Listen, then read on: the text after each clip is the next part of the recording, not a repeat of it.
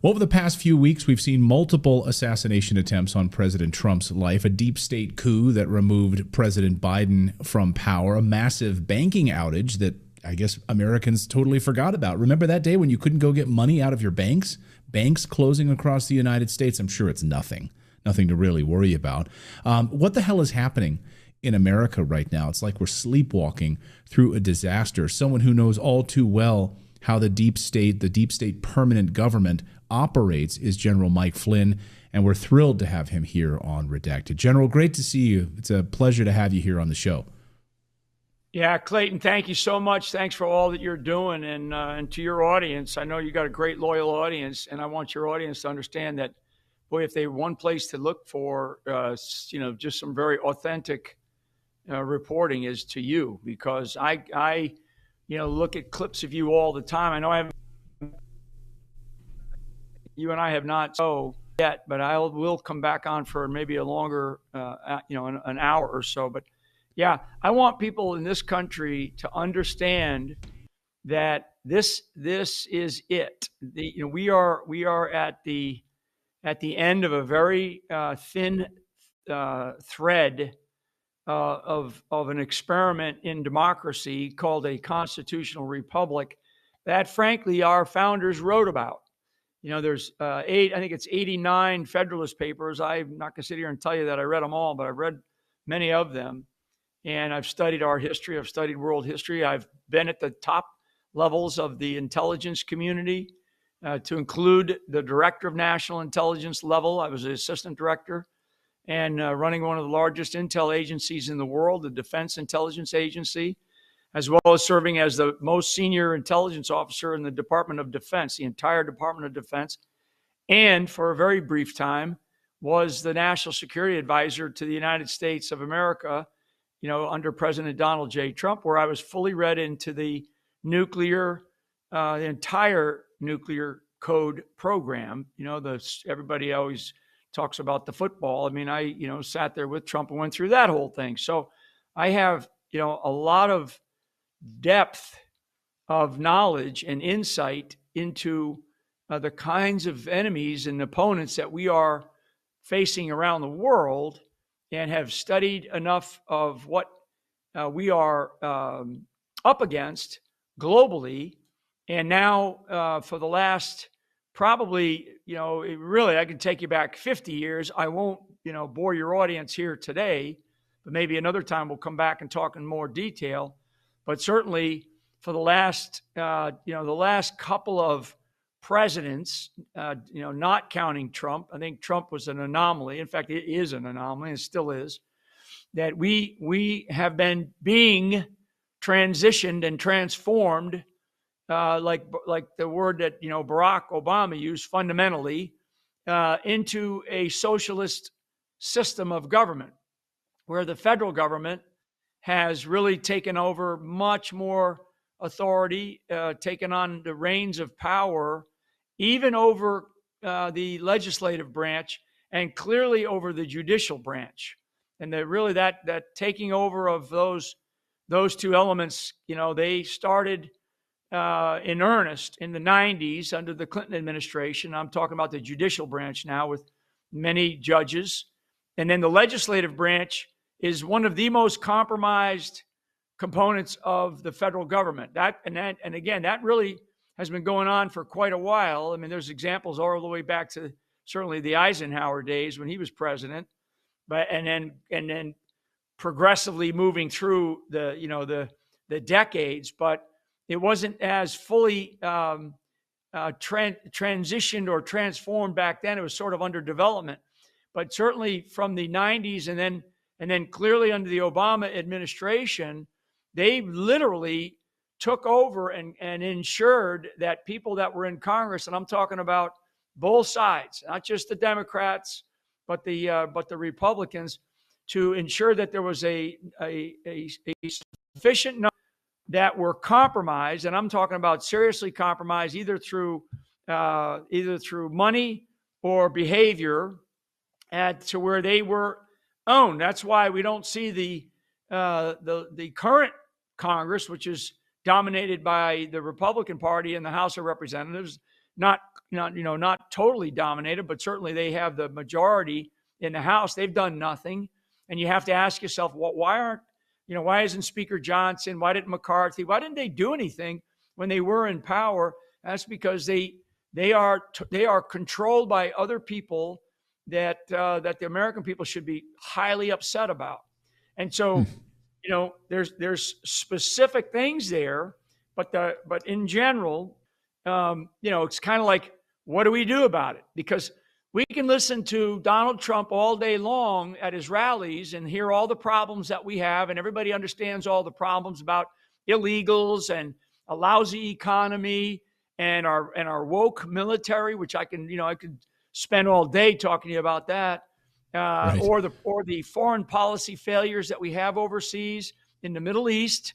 Our retreat from Afghanistan, the abysmal situation in Iraq, where we spent close to $20 trillion, okay, in Afghanistan and Iraq, with a T, 20, okay, in both those theaters of war, and never mind what's happening in Eastern Europe, where if you listen to Vladimir Putin the other night when he because now there's attacks going from Ukraine into Russia, and the consequences of those are going to exacerbate a problem that should have been solved really a couple of years ago, if not back in the late 2014 timeframe. So while Obama was president, and I want to remind your audience that Russia attacked Ukraine during February of 2014, almost 2 to 3 days immediately following the Sochi Olympics. So it wasn't under Trump, it wasn't under Biden. Actually, it was when Obama was the president, is when they initially attacked Ukraine.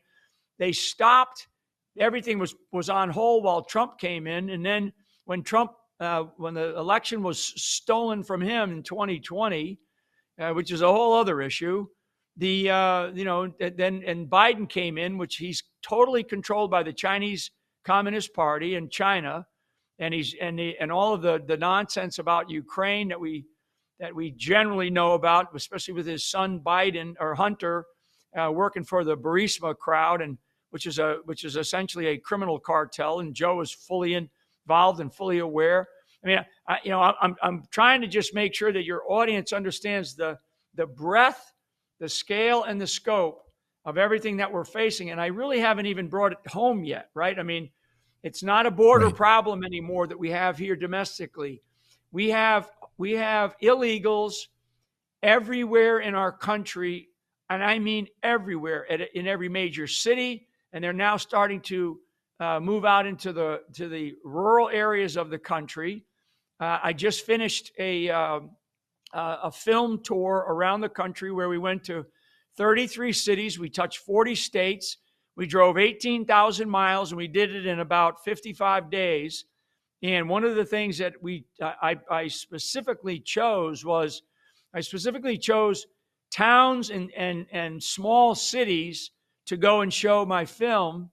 And I wanted to be able to get out to the grassroots of America to do that, and because I wanted to speak to people. And that's the third time that I've been around the country in the last 4 years. And I'm telling you, the sentiment of the American people is that they are scared to death. They're frightened at what is happening in our country.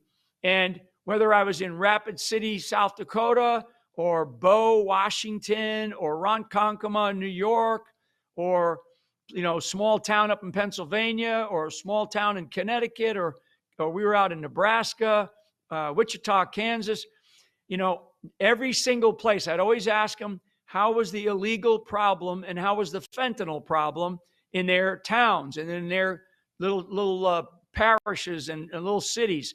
And every single place was a disaster. I mean, an absolute disaster. Illegals everywhere.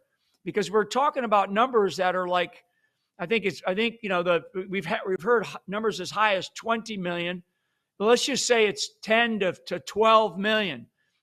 Those numbers, they equate to about like 30 of our states combined. I mean, I'm from the state of Rhode Island originally. I'm talking to you from Florida right now, but my state of Rhode Island is a million people. So you're talking about, 12 times the state of Rhode Island in terms of population for, that's lowballing it, for the illegal problem in this country. And then the illegals, when they come in, we now are, the United States of America is now the number one child sex and child slave trafficking market in the entirety of the world. Number one, child sex, child slave trafficking, and our Department of Homeland Security, this is in testimony, in House testimony, lost 85,000 children that came across the border illegally. I mean, how does our government do that, right? And then people feel like they want to work for the government. I mean, this is insane. And so all these things that I'm telling you, are factual. They are well known for those that are paying attention. I've lowballed in purpose. I'm on kind of my soapbox here, Clayton. I'll pause there. Whatever direction you want to take, but I do appreciate you allowing me to come on and speak a little bit. No, I mean, I think it's incredibly important, and that's why I haven't said a word, because I don't want to. I think it's important for our country to hear somebody who's been literally in the belly of the beast, who's, at the highest levels of our government, watching the corrosion happen. I mean, no one is better equipped to speak on this, in America than you. I'm not going to say a word. I'm going to keep my mouth shut. So when I hear this, and you paint this picture, I was listening to a. Yeah, go ahead. I was going to say, I think we have a little bit of a delay here, but I was going to say, you paint this unbelievable picture. We've been piecing all of these things together here on the show for the past couple of years, whether it's the fentanyl crisis, the illegal sex trafficking in the United States. The largest purveyor of child sex trafficking in the world is the United States government, to the stolen ballots, all of these pieces. And you have an America sitting there right now wondering, who is in control of this country, General? I mean, we had a deep state coup that unfolded just a few weeks ago, and Americans are, I think, just sort of sleepwalking through their day right now. And I really believe we saw a coup unfold, and maybe you can correct me if you think I'm wrong on that. But who do you think is running the White House right now? Who do you think is running this country? So let me take your audience back a little bit, because that was only one phase of the coup. Okay. So the plan was to have Barack Obama 8 years as the president, and they were able to pull that off. And then the next 8 years was going to be Hillary Clinton, right? Hillary Clinton is completely owned by those, and I'll address exactly who's in charge here in a second. So that was the plan. 8 years of Obama, 8 years of Hillary, and the United States of America would be a socialist country by now. And we would, as I've said very publicly before, we would probably be called the United Socialist States of America at this stage. And what happened was Donald Trump got in the way. Donald Trump decided in summer of 2015 to run for president. And so he did. Fast forward. The first phase of that was to steal the election and make sure that Hillary Clinton won. Well, they didn't take it. They didn't go far enough, okay? There was actually, most people don't know, there was actually the states of Pennsylvania, Michigan, and Wisconsin were challenged by the Clinton campaign after Trump was elected, okay? And that was done within the first probably 72 hours. I was in the room, and Trump said, "Be my guest, audit the whole thing if you want." And they came back and they quietly said, "We looked at these states," and it ended up where Trump ended up with like a couple of 100,000 more votes once they did that audit, all done quietly, because they did try to fight that initially. But once Trump was fully in charge of the transition, then they knew there's no way in the world. And now this is Obama, under the Obama administration. Obama's still in the White House.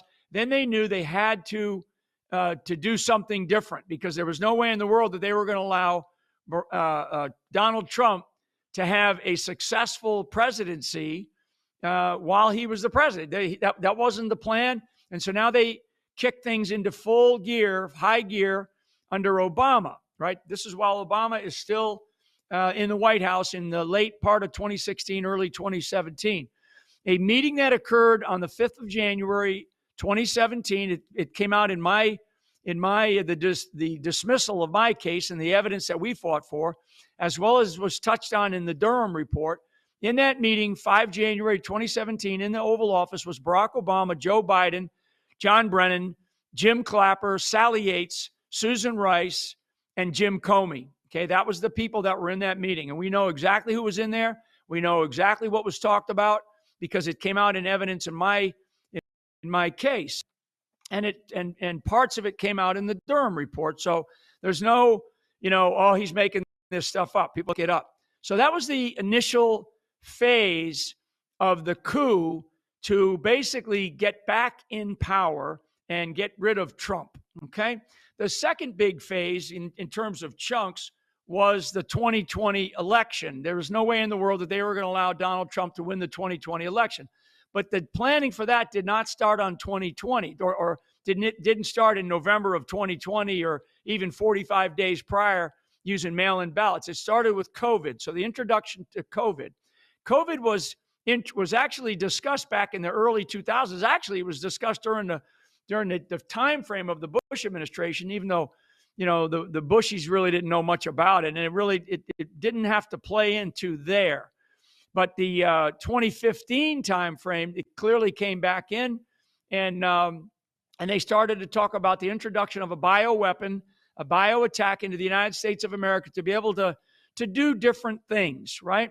And so COVID was introduced in the late 2019 timeframe, where if you really go and you dig, you can see elements of it talked about in December because the World Games were being played out in China in October and November of 2019. And then in December of 2020, you started to hear little elements of some media reports that came out. And then all of a sudden, January, February, boom, we got hit COVID, right? So then you had the COVID introduction, and the whole purpose of COVID was to make sure that the 2020 election was in the bag, okay?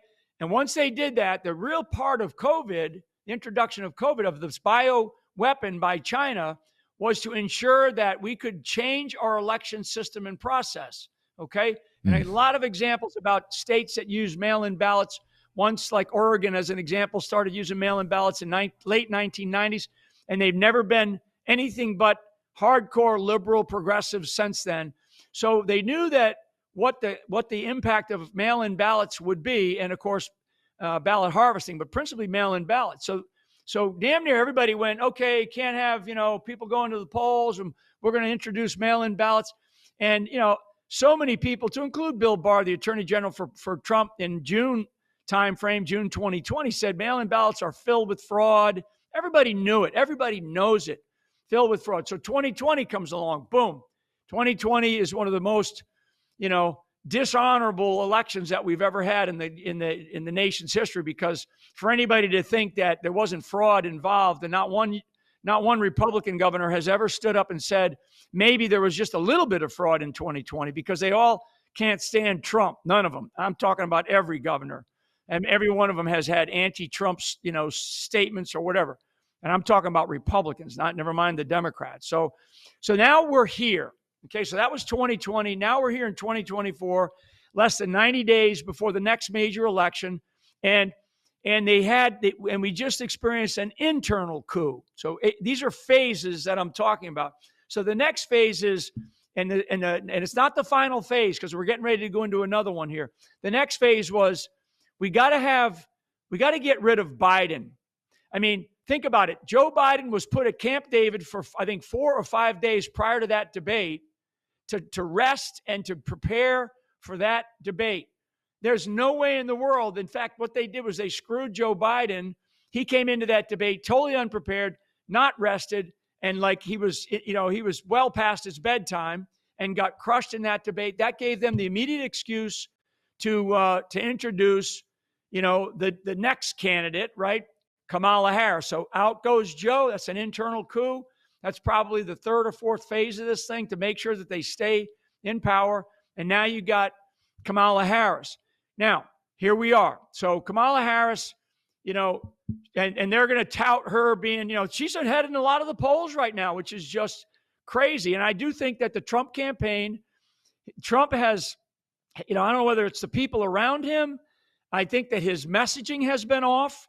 I listened to some of the conversation between he and Elon the other night, and I'm a big fan of Trump. I mean, believe me. And I stay in touch with him, not that much, but I'm a guy that's, I'm not a bullshitter. I'm going to be matter of fact. Here's what we're facing. And I'm all for Trump, and I'm going to go out there and like I've been doing around this country to get people to understand that, Donald Trump right now is our savior. If we don't get him in office, we're going to become a communist country here damn near overnight. So we got the Democrat convention coming up, and we're going to see some very, very interesting dynamics. I am not 100% certain that Kamala is going to come out the other end and still be the nominee for the Democrat Party, because these people don't be surprised by any of them. So who's in charge? Who's running the show?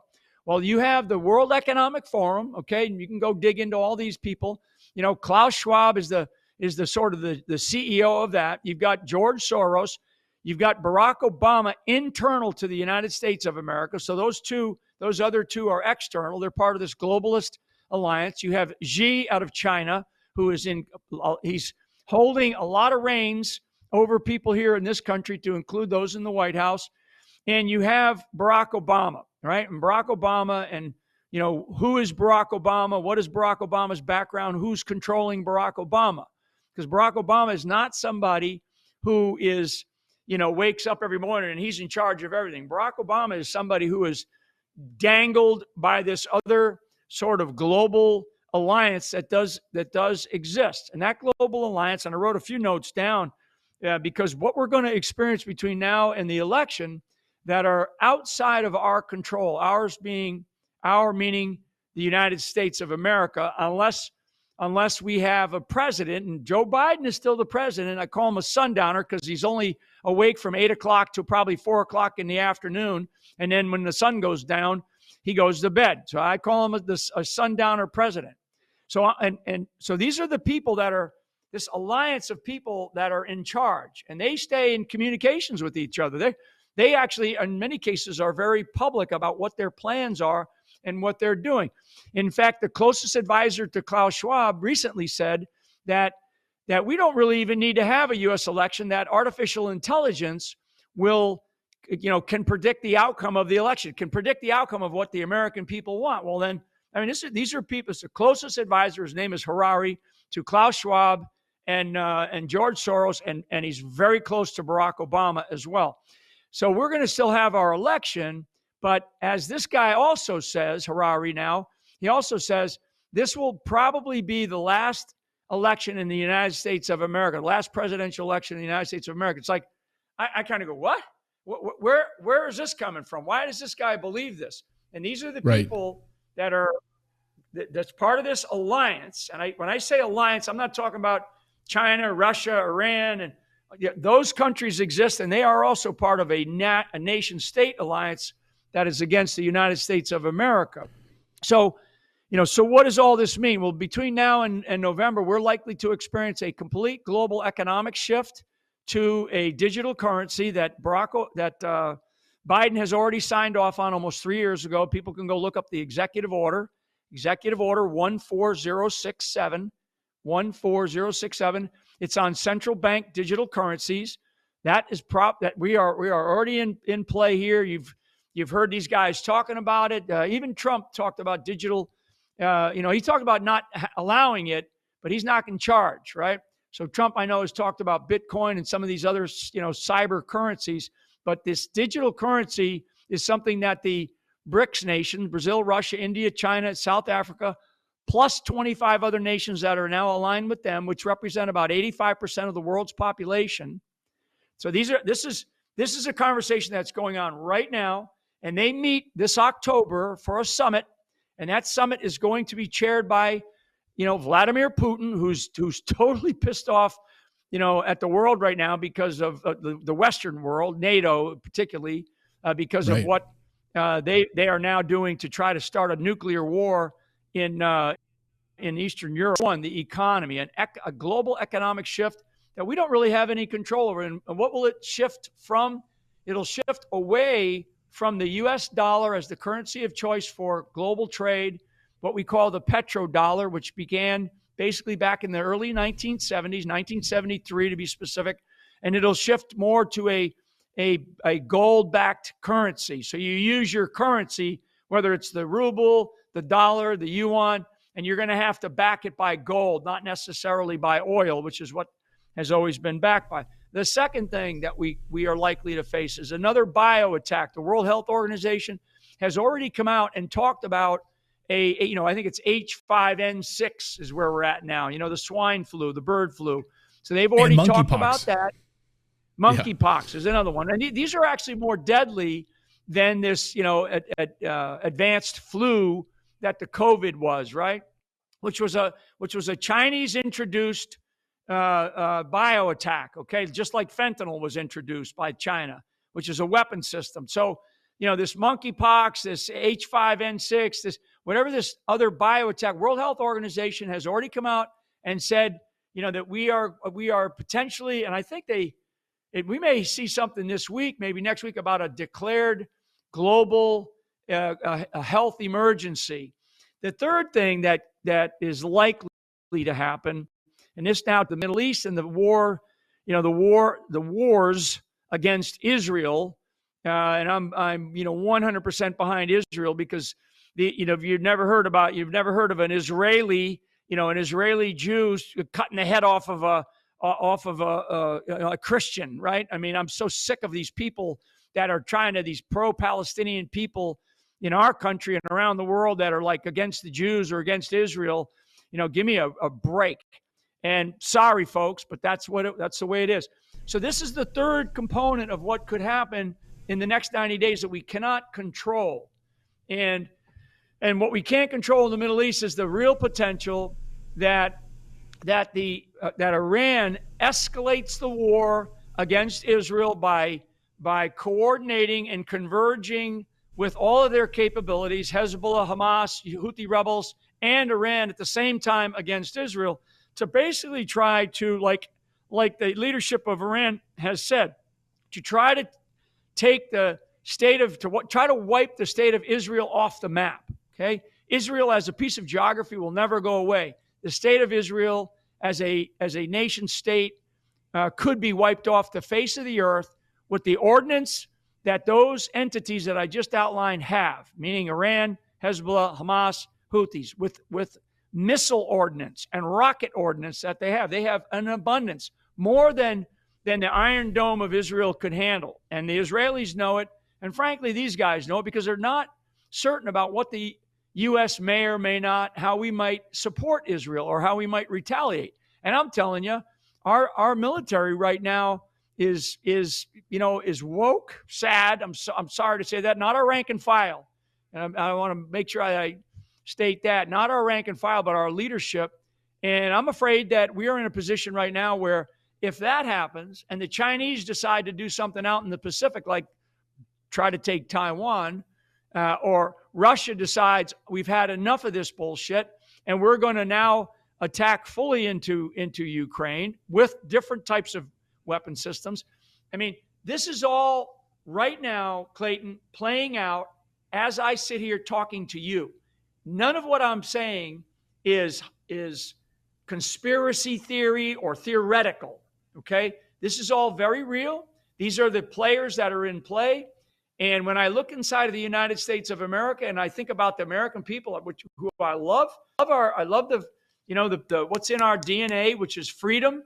And I know that there's a lot of Americans out there like saying, not over my dead body, are we going to lose this country? Well, I'm just telling you, folks, if the primaries, and these are the Republican primaries mainly, if the primaries are an example of the complacency of the American people that are conservatives who are registered to vote, the primaries in the United States of America to date in this year's primary, which is the most consequential set of elections we've ever had, we are less than 35% turnout. Okay? Of registered voters who could vote, we're less than 35% turnout. In some states, it's less than 30. I was in Nebraska, I was in Nebraska not too long ago, and their turnout for their primaries was 27%. So wow. When people come to me and go, oh, we got to do something, we got to do more, and all this stuff on social media and all the outcrying and all the people that show up to rallies for Trump, the tens of thousands of people, and you get inspired by the numbers of people that show up to these rallies. It's like, well, why aren't they turning out to vote? They're not. And so if everybody's going, well, I'm going to wait until the general election to vote. Well, guess what? That means we have a lot of people who are going to win in the House and the Senate and some of the down ballot voting that are not America First people. We are going to have a lot of never Trumpers. Okay. I mean, the House of Representatives, I worked very hard with a couple of groups of people, but actually two nonprofits, very hard for the 2022 elections to win the House of Representatives. And I feel with the teams that we had in 9 states, we worked our tails off, and I feel pretty good. I feel strong enough to say we were part of why we were able to take the House of Representatives in 2022. But we only took it by a very small margin, and we've seen some of the people quit, right? Some of the Republicans quit, and we've seen the House under McCarthy and now under Johnson do absolutely nothing. We have Peter Navarro, who went to prison. Thank God he's out now. Steve Bannon, who I consider a friend, he's in prison now up in Danbury, Connecticut, and he's purposely taken out during this time so Trump couldn't reach back out to a guy who's a warrior who actually helped Trump win in 2016. I was standing there right next to him every single day while we fought tooth and nail to get Trump elected in 2016, and we did. And that's the kind of warriors that he needs right now by his side, because I'm afraid that, as I hear it from everybody, and I hope that Trump hears this, that he needs to know that there are a lot of people around this country that desperately want him to win. And I mean, I'm talking about Democrats. As a former Democrat, I speak to a lot of them, and they want him to win, even though it's like they're not going to say nothing. Maybe they'll go vote. I don't know. But they're all concerned about, the kinds of things that are swirling around President Trump, meaning the kinds of things that he talks about, the things that he's projecting. I mean, what he needs to be talking about is exactly what he plans on doing going back into the White House. Number one, he's got to make sure that he looks at government reform and government accountability, period. That's number one. Number two, he's got to be talking about the economy. He's already proven that he can strengthen the economy because economically he's brilliant and he knows exactly how to do that again. Number three, he has got to solve the international and foreign policy deficit of leadership that the United States of America currently has. He has got to do that. That means day one, if he gets back in, pray to God that he does, he's got to stand up and say, America is back in charge. And now, folks, you're going to have to deal with me. And I like the fact that there's a level of uncertainty that comes with Trump, right? Because one of the, you have 9 principles of war. And one of the principles, I think it's the most important principle, is surprise. And with surprise comes the idea of uncertainty. And to have a president of the United States who's smart, but gives a modicum of uncertainty to other people around the world, that's a good thing, I believe. So those are just a couple of items that he's going to have to. Never mind the border. He's already talked about what he's going to do with the largest deportation effort in the world. Hey, you know what?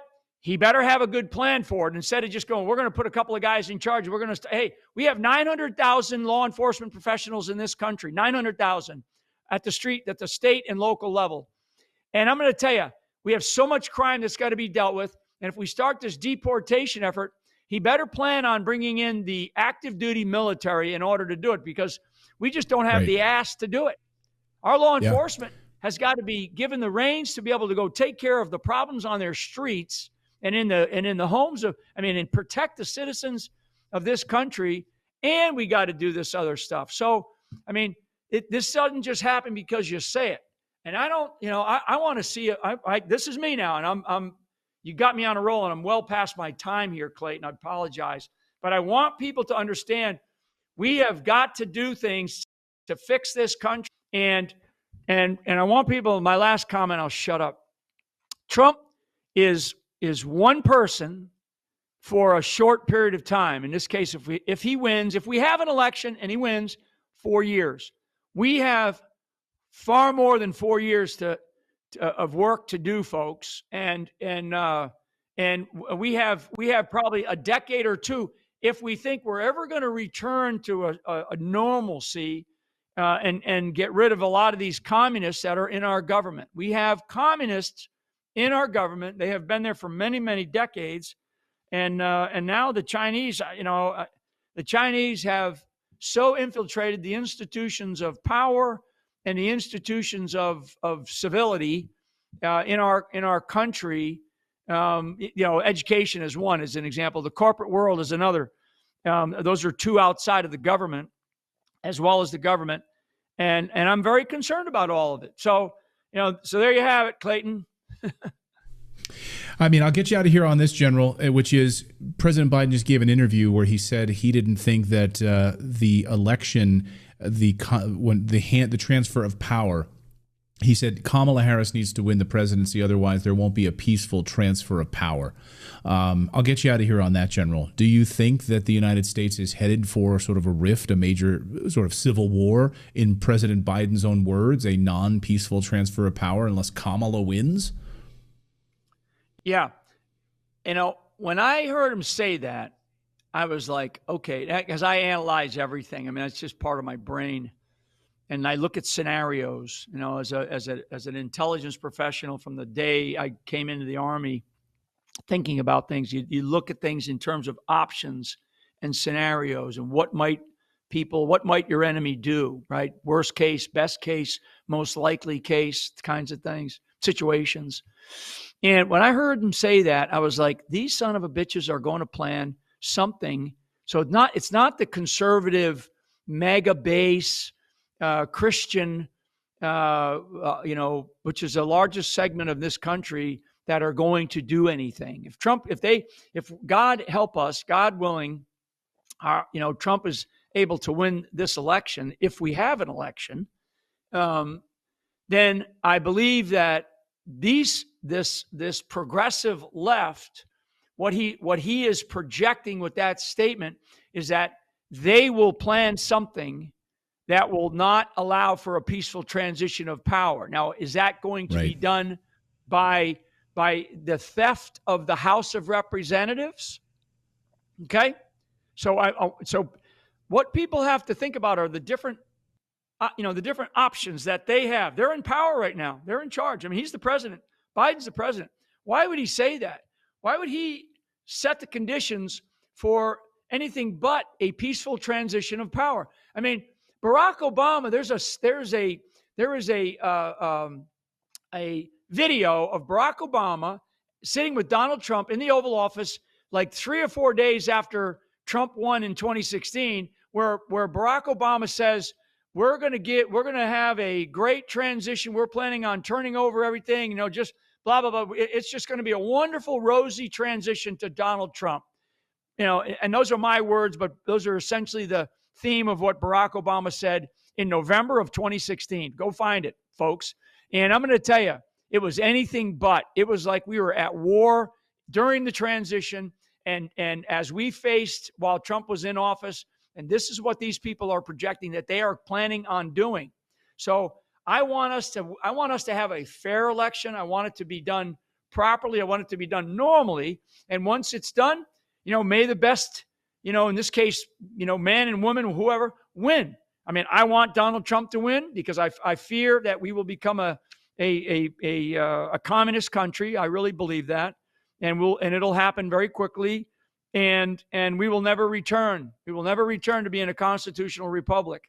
That's the weight that I feel is on my shoulders, and that is the weight on the shoulders of every freedom-loving American on the planet here, and certainly in the United States of America. And that's what I believe. So I just, I want people to understand we're not in a politics as usual like some of these rhinos believe. Our policies are better. They want big government, they want little government, they want less taxes, more taxes. We're past that. This is about two competing ideologies right now: Americanism and being a constitutional republic, or being a progressive socialist system of government and really falling under the reins of communism. That's what we're looking at. And I can't say it any more clearly. General Mike Flynn, it's been an eye-opening experience, and I hope people will rewind this, watch this, go back, bookmark this. What you just said, there's so many incredible things that I want to do a deeper dive on with you. So I hope you'll be able to come back, General. I hope we can do a deeper dive on a lot of these different subjects. But we are in really a tenuous moment right now in the United States, and I really appreciate you being here, General. Thank you so much. Thank you, and my best to Natalie. Thanks, Clayton.